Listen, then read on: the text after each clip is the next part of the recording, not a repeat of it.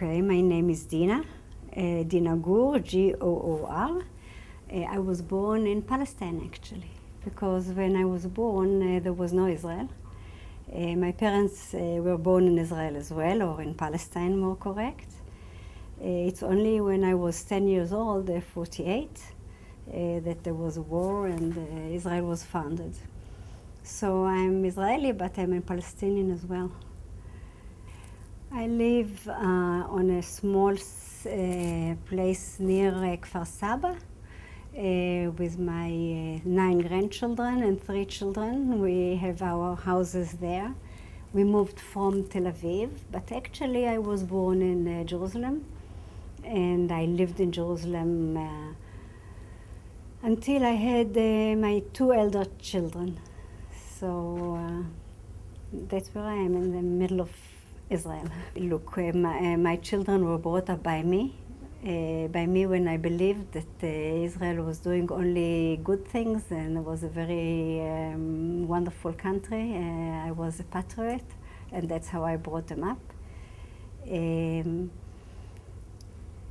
took me quite a while to understand that the occupation is making us not such a wonderful place and not such a wonderful people. As my grandchildren grew up and they went to the army, part of them, one of them didn't go, and I was very proud of him not going. Of course, not of course, but it did make a difference with the relations inside the family, because it is not very easy for a soldier who is thinking or brainwashed to think that he's doing everything to secure us, that his grandmother says, look, up to here, don't go to the conquered land, stay within the green line. It's a crime what you're doing. One day all those people will go to the Hague. So of course it doesn't make such wonderful atmosphere. Nevertheless, because we are so connected and so attached, my grandchildren and myself. So we know that we have some difference of opinion in some fields, and we are great friends in others. And I don't stop, even if they don't like to hear, saying what I see and what I hear and what I think is correct for them to do. I think they're very, very proud.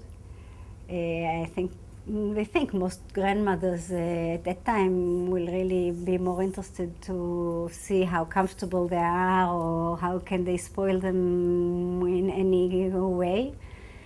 There are many families that I know of that have arguments of this kind, and this is already the good place, because some people don't argue and they don't want to see, they don't want to know. They want to go to the sea, they want to go to the restaurant, they want to enjoy life, and please don't bother me.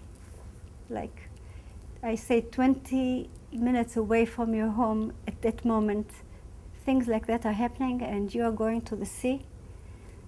Don't bother me, they don't want to hear. Something like 6 or 7 years ago, it was meeting a friend of mine whom I haven't seen for quite a while, and we were discussing politics, and when she realized more or less what I think, she told me that she was going the day after to Jerusalem, to the Mahsom of Kalandia, if I ever heard about it. So I said yes, but I don't quite visualize what's going on there. I'm very interested. And then I met her the next morning. We went to Jerusalem, we went to Kalandia, and I was shocked. I was absolutely shocked with what I saw. I never dreamt in my wildest dream that such a thing can happen, that the Israelis can behave in this way to anybody, definitely to our neighbors here. And I immediately decided that I was going to volunteer and work and try and show the Israelis themselves, who didn't know, as far as I thought then, what was going on, and if necessary, the whole world, Mostly because I believe that there is no existence for Israel if we go on being occupiers. So I decided to do everything within my power to try and change the situation.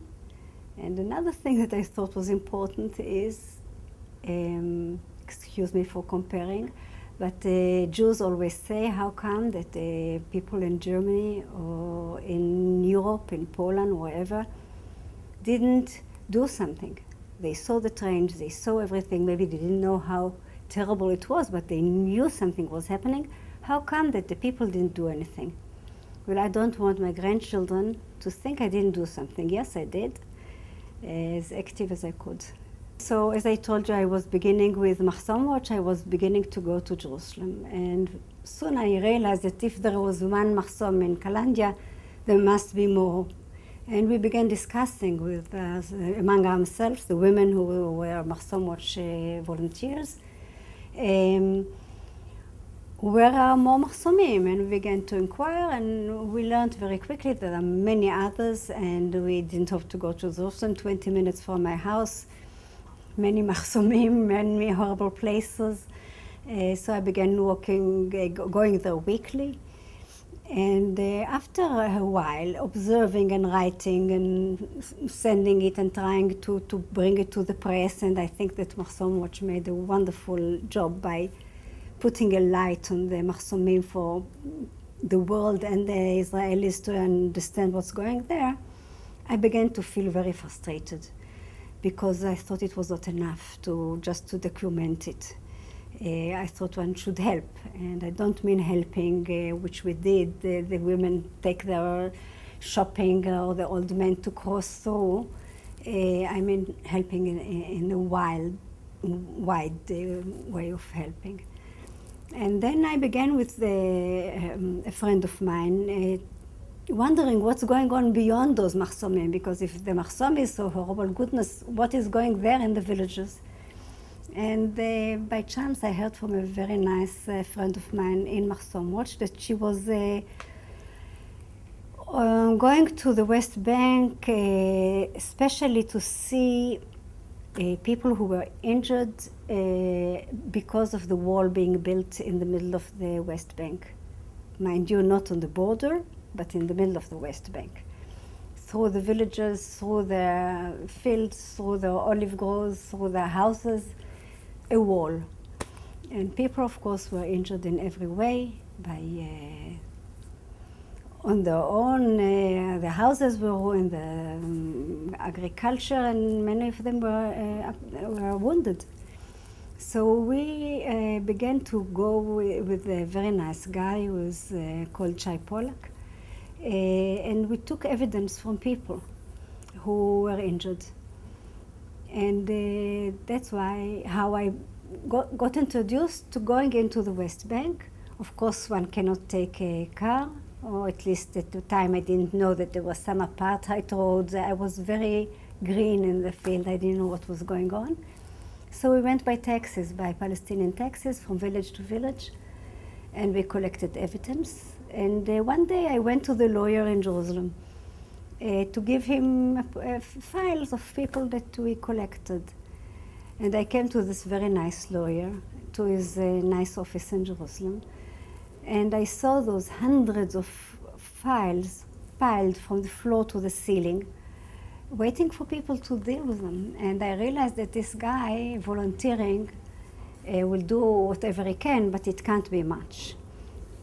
And then I talked to my friends, and we were all feeling the same, and we decided that we should do more. We should try and have another organization that will employ lawyers who will be paid. And then we thought that we can change the regime, not just help one person or two persons, but if we come with many cases to a lawyer who is dedicated to do this and only that, that will maybe bring things forward. There are some settlers, or not only settlers, who are absolutely thinking that we want the whole land because they believe God gave it to us, and all kind of beliefs like that, and that the Arabs are here so they can go away. It doesn't matter how many hundreds of years they are here. God promised it to the Jews some 1,000 years ago, so they don't want. So they're equivalent to some Arabs who thinks that all the Jews should be thrown to the sea. I think that there are more Jews and more Arabs who think otherwise.